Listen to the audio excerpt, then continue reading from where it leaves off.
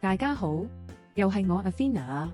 我哋今日嘅星座對碰係水瓶座對天秤座，一個堅持自己嘅主張，一個顧及別人嘅感受。當水瓶遇上天秤，佢哋會係彼此欣賞，定係會被彼此之間嘅矛盾拉開距離呢？喺愛情入面，有人渴望被理解，有人希望被肯定。當理性獨立嘅水瓶遇上善解人意嘅天秤，呢段關係可以穩定發展嗎？定係始終都好似差咁啲乜嘢咁呢？匹配度64分。水瓶愛得比較抽離，着重思想契合，但係就唔擅長表達情感。天秤就愛得細膩，會在意互動上嘅細節，講求回應同埋默契。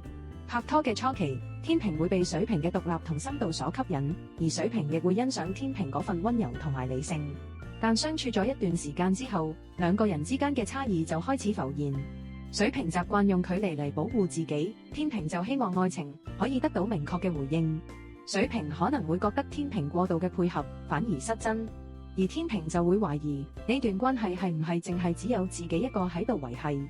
佢哋唔會大吵大鬧，但好有可能會喺過度理性之中和平咁分開。當一個享受獨處嘅人遇上一個異態交流嘅人，水瓶同天秤嘅友情到底可唔可以揾到當中嘅平衡點？定係只能夠剩低留於表面嘅和諧呢？投契度65分。喺友情世界入面，水瓶重視空間同自由，唔習慣主動去聯絡朋友，亦都唔擅長維繫日常嘅互動。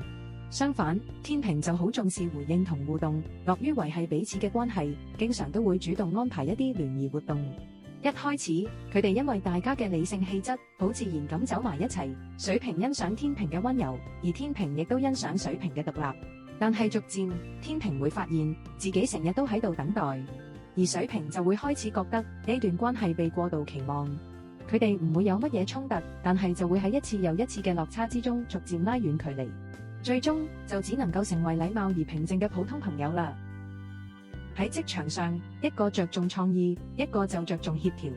水瓶同天秤到底係理想嘅合作拍檔，定係道不同不相為謀呢？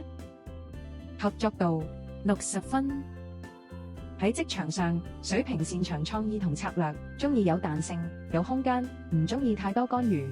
天秤就擅長協調同配合，重視人際關係同埋團隊氣氛，追求各方和諧。喺一般情況下，佢哋會因為大家嘅理性同埋分寸而合作愉快。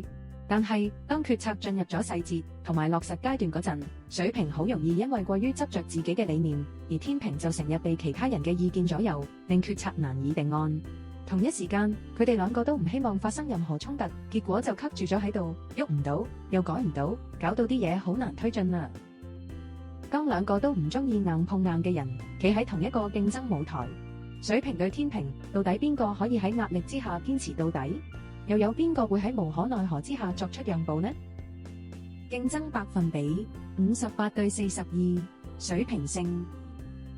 喺競爭層面上，水瓶冷靜而且有策略，擅長由大局出發，繞過正面衝突，揾出獨特嘅突破點。天秤就着重過程嘅公平同感受，就算想贏，都會顧及對手，唔想表現得咄咄逼人。一開始，佢哋或者會互相觀察，保持距離。但當局勢進入咗白熱化嗰陣，水瓶可以堅定咁貫徹自己嘅目標，而天秤就可能會喺壓力下開始動搖，甚至為咗想維持場面和諧而選擇讓步。佢哋都唔係嗰種典型嘅強攻型選手，不過喺大多數情況下，水瓶比天秤更能保持冷靜，更加可以堅持到底。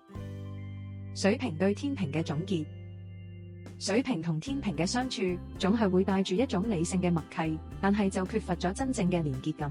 佢哋都唔中意衝突，亦都識得尊重對方嘅界線，但當有問題出現嗰陣，佢哋往往會選擇唔講、唔掂、唔解釋。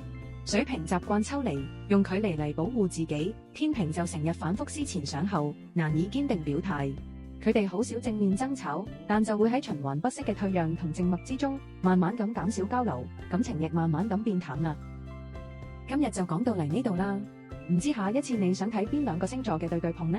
歡迎留言話俾我知。仲有，記住訂閱、點讚同埋將呢條影片分享俾你嘅朋友。多謝觀賞，再見。